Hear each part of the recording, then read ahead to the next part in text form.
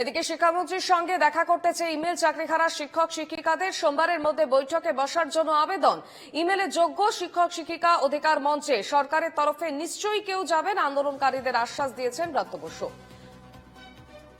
শিক্ষামন্ত্রীর সঙ্গে দেখা করতে চেয়ে ইমেল আজকের মধ্যে বৈঠকে বসার আবেদন, মেল যোগ্য শিক্ষক শিক্ষিকা অধিকার মঞ্চে।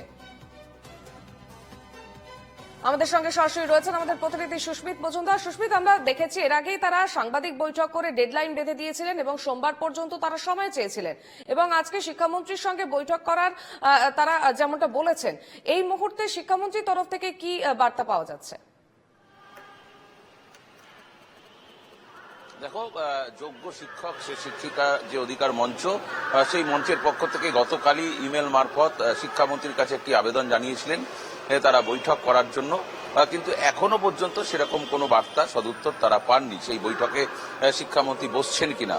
অপরদিকে কিন্তু তুমি জানো যে আজকে সোমবার পর্যন্ত শিক্ষক শিক্ষিকারা কিন্তু প্রেস কনফারেন্স করে তারা ডেডলাইন বেঁধে দিয়েছিল, ও যতক্ষণ না পর্যন্ত শিক্ষামন্ত্রী বা শিক্ষা দপ্তরের কেউ তাদের সঙ্গে বসছে ততক্ষণ পর্যন্ত কিন্তু তারা আন্দোলন চালিয়ে যাবে এবং তাদেরকে এক জায়গা থেকে আরেক জায়গায় স্থানান্তরিত করা হয়েছে তুমি জানো ইতিমধ্যে।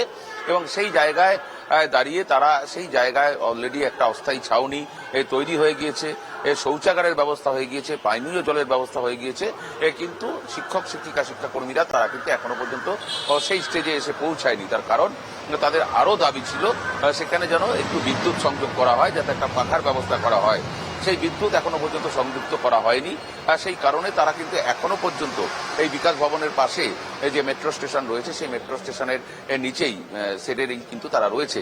তবে এখন দেখার বিষয় যেহেতু সোমবারের মধ্যে তাদের সেখানে চলে যাওয়ার কথা বলা হয়েছিল, এবং একই সঙ্গে শিক্ষক শিক্ষিকাদের পক্ষ থেকেও কিন্তু তারা পাল্টা বলেছিলেন যদি সোমবার তাদের দাবি দাবা না মানা হয় তাহলে কিন্তু তারা আন্দোলন আরো দীর্ঘায়িত করবে, আন্দোলনের ঝাঁজ আরো তীব্র করবে, এই আন্দোলনের আঁচ আরো বাড়বে। তাহলে কিন্তু দেখার বিষয় রয়েছে এখনো পর্যন্ত কোন রকম সদুত্তর তারা পায়নি, এবং তার কোন রকম সুরাহা যখন হয়নি তারা কিন্তু আন্দোলন আরো দীর্ঘায়িত করবে, এবং পরবর্তীকালে তাদের যে কোর কমিটি রয়েছে সেই কোর কমিটি আসবেন, তাদের জিবি হবে, জিবির পর তারা সিদ্ধান্ত নেবেন, সিদ্ধান্ত নিয়ে তাদের কিন্তু আন্দোলনের যে পরিকাঠামো, আন্দোলনের যে রূপরেখা সেটা কিন্তু তৈরি করবেন, এবং তারা সরাসরি পেশ করেই কিন্তু জানিয়ে দেবেন, এমনটাই কিন্তু তারা জানিয়েছেন শিক্ষক শিক্ষিকা শিক্ষাকর্মী পক্ষ থেকে। সুস্মিত, সঙ্গে থাকো।